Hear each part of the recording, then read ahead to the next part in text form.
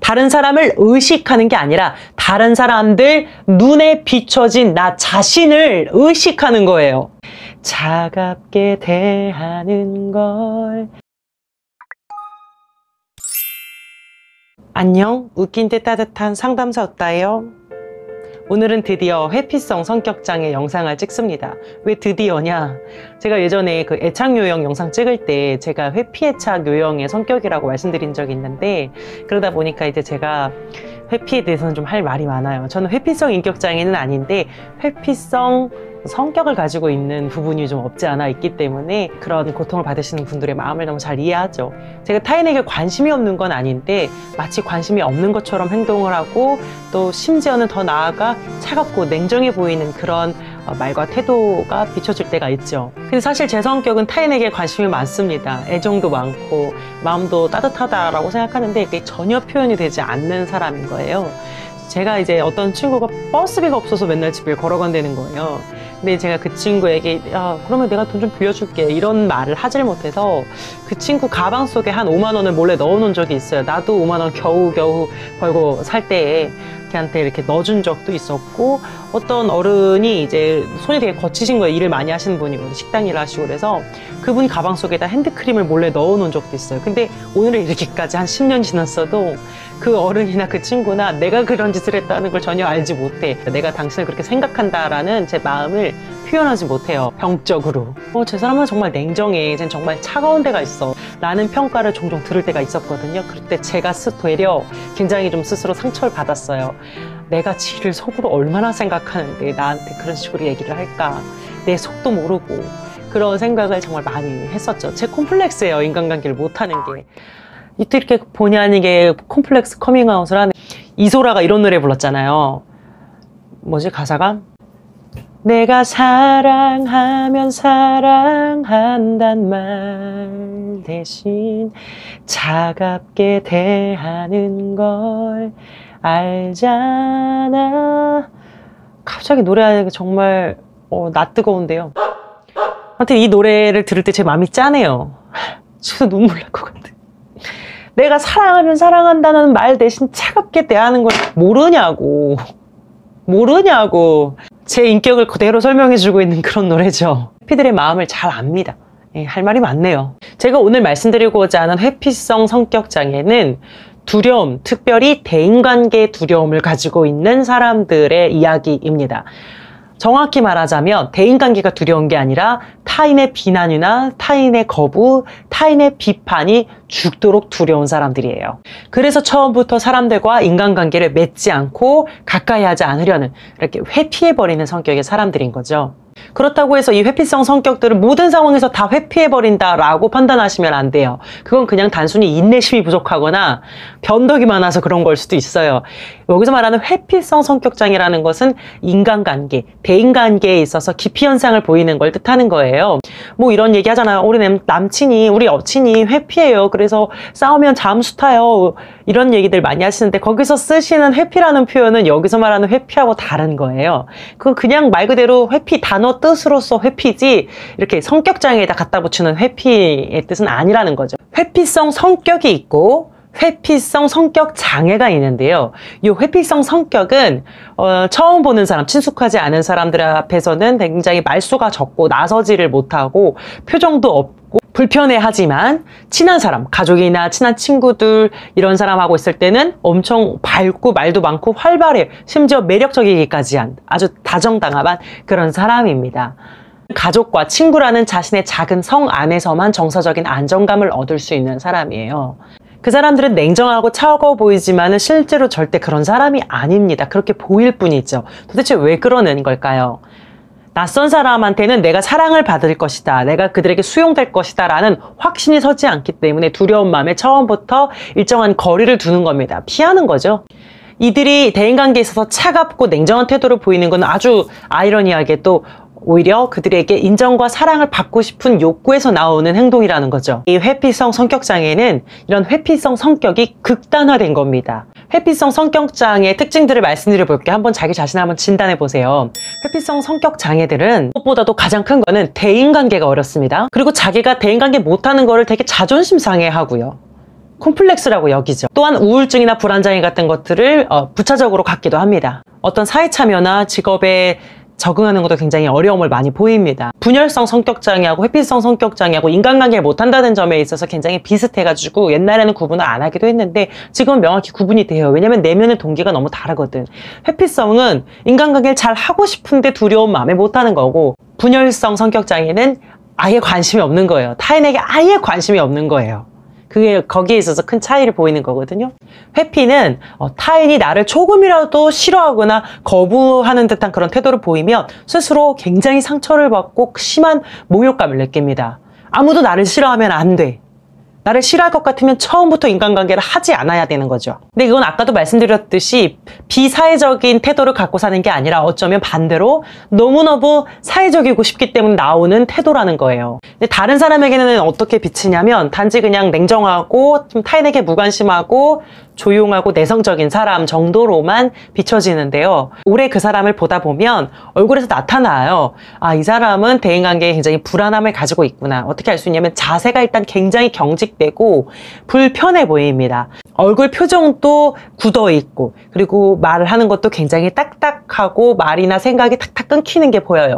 그리고 회피성 성격장애 특징 중 하나는 사람을 굉장히 빠른 속도로 확 훑어볼 수가 있어요. 그래서 이 사람의 어떤 표정, 행동, 말투 이런 것들을 민감하게 그냥 한 번의 대화 속에서도 촥촥촥 훑어보게 되는데요. 마치 자신을 굉장히 무슨 센시티브한 어떤 민감한 능력이 있는 사람처럼 여기고는 하는데 완전 아닙니다. 그거 아니에요. 왜냐하면 자기가 그렇게 판단을 하면서 일단 그 상대방하고 나하고 벽을 일단 치는 거고요. 그래서 자연스럽게 접촉할 수 없게 스스로를 만드는 거고요. 그리고 중요한 건 뭐냐면 거기다 틀린다는 거죠. 독심술적 오류라고 제가 우울증 영상에서 말씀드렸잖아요. 나 혼자만 착각하는 거예요. 그리고 그게 옳다고 믿는 거예요. 정확히 말하면 타인을 훑어보는 게 아니라 타인이 나에 대해서 어떻게 생각하는지를 훑어보는 거예요. 그리고 끊임없이 타인을 의심하거든요. 그 의심도 어떤 타인의 의도나 동기를 의심하는 게 아니라 그 사람이 나를 받아들이고 수용할 것인가, 사랑할 것인가를 끊임없이 의심하는 거예요. 정확히 표현하자면 다른 사람을 의식하는 게 아니라 다른 사람들 눈에 비춰진 나 자신을 의식하는 거예요. 그러니까 뭐예요? 사회생활할 때 사회적 상황에서 자의식이 엄청나게 강한 사람입니다. 우주의 중심이 난 거예요. 그 모임 속에서 모두 다 나를 쳐다보는 것 같고 다 나에게 집중하고 있는 것 같고 나라는 사람에 대해서 생각하고 있는 것 같아. 그런 인지오류를 갖고 있다는 거예요. 자의식이 엄청 강한 거예요. 사실은 사람들은 관심도 없어요. 근데 요 회피성들은 다 나를 평가하고 있다라고 생각하기 때문에 이제 쉽사리 나서지 못하고 조용히 이렇게 있는 거죠. 튀지 않으려고. 평가받고 싶지 않으니까. 회피성 성격장애는 왜 생기느냐? 보통 아기들의 15%가 기질적으로 까다롭게 태어나거든요. 근데 이 까다롭게 태어난 아이들은 그냥 이유 없이도 계속 울고요. 화를 많이 내고요. 우리 애들처럼. 제가 애 키운 영상 하나 출산 장려 영상 찍은 거 보셨나요? 보시면 우리 애들이 엄마를 엄청 힘들게 한 케이스인데요. 제가 그걸 어떻게 알았냐면 나 애들은 다 그런 줄 알았거든. 근데 뭐 먼저 애 낳은 사람들하고 얘기해보니까 세상에 우리 애들 같은 애들이 없는 거야. 아, 우리 애들이 그 15%였구나라는 걸 나중에 알았어. 근데 그 15%의 아이들은요, 기질적으로 민감하고 예민하게 타고나기 때문에 대인관계에서도 좀 민감한 편이긴 한데 거기다가 플러스 어떤 상황을 만나게 되는 거예요. 그게 뭐냐면 보통은 주 양육자, 엄마일 수 있겠죠? 엄마하고의 그 어떤 관계, 성장 과정에서 회피성 성격장애를 유발시키는 경우가 많아요. 어떻게 되는 거냐면 이제 보통 까다로운 아이는 많이 울겠죠? 그러면은 키우는 부모가 어떻게 할까요? 짜증이 많이 나요. 화가 많이 납니다. 그러니까 아이한테 그 화가 흘러가죠. 야단을 치거나 소리를 지르거나 짜증을 내거나 그만 좀 울어! 짜증내는 태도를 많이 보여요. 그러면 아이는 거절감을 느껴요. 우리 부모는 나를 거부한 듯한 태도로 키우는구나. 이게 내면화되기 때문에 이 아이는 굉장히 그 인간관계에 그 거절을 받는 태도, 비판적인 태도에 아주 민감한 아이로 크게 되는 거예요. 근데 또 반대로 너무 과잉보호로 키워도 회피가 될 확률이 커요. 너무 과잉보호한다라는 뜻은 부모가 걱정과 불안이 많다라는 걸 의미하거든요. 그럼 부모의 그 걱정과 불안이 고스란히 아이에게 전달돼요. 내가 애를 다 떠받들어 해주면 애가 안정적일 것 같죠? 아니야. 부모의 그 불안한 심리가 아이한테 다 전달되기 때문에 아이는 굉장히 그 불안함을 느껴요. 그러다 보니까 인간관계도 안정적으로 할 수가 없게 되는 거죠. 그러니까 이 과잉보호나 아니면 아예 회피해버린, 거부해버리는 듯한 그런 태도, 둘 다 모두 아이를 회피성 인격장애로 키울 확률이 높다는 거예요. 그 외에 뭐 따돌림을 당한 경험이 있거나 아니면 거절당했던 크나큰 어떤 경험이 있다면 그런 성격을 갖게 될 수 있고요. 이 회피성 인격장애가 갖게 되는 대표적인 인지 오류는 자기 비난적 사고입니다. 예를 들어서 뭐 소개팅을 나갔어. 근데 상대방이 저 잠깐 화장실 좀 갔다 올게. 화장실을 가면 저 사람은 나랑 있는 게 싫은가 봐. 이렇게. 그리고 또 누가 하품을 하면 아이고 내 얘기가 얼마나 지루하면 저렇게 하품을 할까? 이런 생각. 누가 부표정을 지으면 내 주장은 틀렸다고 생각하는구나. 나를 싫어하는구나. 이렇게 자동적으로 생각해요. 근데 이거를 내가 알고 하는 게 아니라 자동적 사고, 스쳐 지나가는 자동적으로 그냥 내면에서 떠오르는 생각이기 때문에 내가 잘 캐치를 못해. 내가 그런 생각 하고 있다는 자체도 몰라. 그리고 혹시나 캐치했다고 해도요, 그게 합리적이라고 생각해. 그게 비합리적이다라는 걸 깨닫지를 못해요. 제가 얼마 전에 누구 병문안을 엄마하고 같이 갔거든요. 근데 엄마하고 그 사람은 구면이고 저하고 그 사람은 초면이에요. 근데 이제 가야 하는 관계라서 갔는데 그 사람이 저를 보고 불편해하는 거예요. 엄마가 들어왔을 때는 반가워하면서 저를 보니까 얼굴이 탁 굳으면서 사람이 굉장히 불편해하고 경직되어 있는 게 눈에 보이는 거예요. 근데 제가 그게 너무 괴로운 거예요. 그래서 제가 엄마한테 말했어요, 몰래. 저 사람도 낯을 가리기 때문에 내가 있으면 저 환자가 오히려 더 불편하니까 내가 가는 게 더 도움이 되는 것 같다고. 나 지금 가야겠다고 막 그랬더니 엄마가 그럼 언제 틀 거야? 누구나 처음에는 불편해. 누구나 처음에는 낯설어. 근데 그걸 극복하고 그 관계를 터야지 저 사람을 도울 수 있을 거 아니야. 발전이 안 된다고, 관계가. 그걸 극복하려면 불편해도 그냥 여기 있어. 생각해보니까 그렇잖아요. 근데 저는 그건 생각은 아예 못했거든. 정상적인 사람은 보통 그 상황에서 그렇게 생각한다는 거예요. 조금 우리가 어색하구나. 좀 가까워져가지고 이걸 극복하고 친해져야겠다. 근데 회피성들은 그 순간에 그냥 회피할 생각, 피해버릴 생각, 가야겠다. 저 사람이 불편하니까 얼른 내가 비켜줘야지. 이렇게 생각한다는 거예요. 그럼 요 회피성 성격장애 어떻게 고치냐고요? 짠! 직면이라는 솔루션을 드릴게요. 직면하세요. 직면. 내가 굉장히 두려워하는 상황이 있어. 왜 두려워? 그 동굴 속에 들어가면 호랑이가 있을 거야 라고 생각해서 두려워. 근데 호랑이가 있는 거 확인했어? 안 했어? 확인 안 했어요. 내 생각 속에만 호랑이가 있는 거지 실제로 호랑이가 있는지 몰라. 그럼 어떻게? 직면하라는 거예요. 동굴 속에 들어가 봐야만 해결되는 문제예요. 들어가서 호랑이가 없다는 걸 확인하고 나오셔야 이게 해결돼요. 그 동굴에 대한 두려움이 극복되는 거예요. 근데 진짜로 호랑이가 있으면 어떡해요? 라고 생각하시는데 없다고 제가 지금 앞서 계속 말씀드렸잖아요. 회피성 성격장애는 본인만의 착각, 본인의 엮이는 정신념, 나의 자기 비난적인 사고에서 비롯된 잘못된 두려움일 뿐이지 사실 타인은 나를 그렇게 거절하거나 비난하는 눈으로 나를 바라보지 않는다고요. 심지어는 나에게 그 정도로 관심이 있지도 않다고요. 동굴 속에 들어가 봐야 확인이 돼요. 그래서 생각만 갖고서는 치료가 안 돼. 직면을 실제로 행동으로 하셔야 되는 겁니다. 그래야 치료가 돼요. 조금만 더 구체적으로 말씀드려 볼게요. 우선 대화를 하실 때 상대방의 눈을 쳐다보세요. 공격적인 태도로 눈을 쳐다보는 게 아니라 상냥하게 친절한 표정과 그런 말투로 대화를 하시면서 눈을 쳐다보세요. 회피들은 보통 경직되고 공격적인 표정과 말투로 사람을 대하거든요. 그래서 따박따박따박 논리적이고 이성적으로 이렇게 사람을 대해요. 이게 이제 철벽 치는 건데요. 한마디로 그렇게 하지 않고 조금 수용적인 태도로 다른 사람의 의견을 받아들이는 것도 연습을 하셔야 됩니다. 그리고 가장 중요한 거는 대화를 하실 때 이 사람이 나를 어떻게 생각할까 거기에 집착적으로 매달리지 마시고 그냥 대화의 흐름에 자신을 맡기시는 거예요.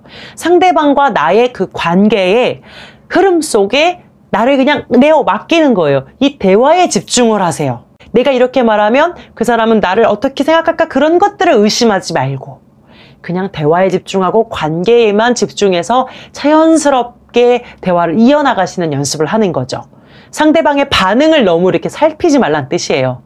그리고 아까 말씀드렸듯이 자기 비난적인 자동적 사고, 그 인지 오류를 고치기 위해서는 그런 사회적 참여들을 많이 하셔야 돼요.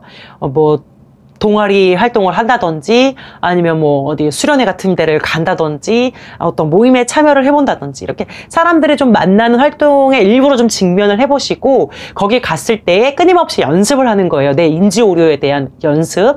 예를 들어서 누가 화장실을 가면 쉬가 마려워가지고 화장실을 가나 보다. 끝! 나하고 상관없어. 누가 하품을 하면 졸려서 하품을 하나 보다. 끝! 나하고 상관없어. 누가 무표정을 하고 있으면 아, 저 사람은 원래 무표정인가 보다. 끝! 나하고 상관없어. 계속 나에 대한 반응, 나에 대한 수용하고 연결시키지 않도록 끊임없이 머릿속으로 이제 연습을 하시는 거예요. 그거를 하시려면 사회적 활동을 좀 늘리시면서 직면을 하셔야겠죠. 자, 회피성 인격장애 솔루션 2가지. 하나는 직면해라. 내가 가장 두려워하는 대인관계 부딪혀라. 그리고 2번째는 부딪혔을 때에 내가 자꾸 갖게 되는 그 자기 비난적인 인지 오류를 자각하면서 무조건 나하고 연관지어서 생각하지 않도록 연습을 하시라. 근데 문제는 우리 회피성들은 이 상담사도 회피한다는 겁니다. 그래서 이 상담사를 만나게 되면 철벽을 쳐요. 또 낯을 가리고요.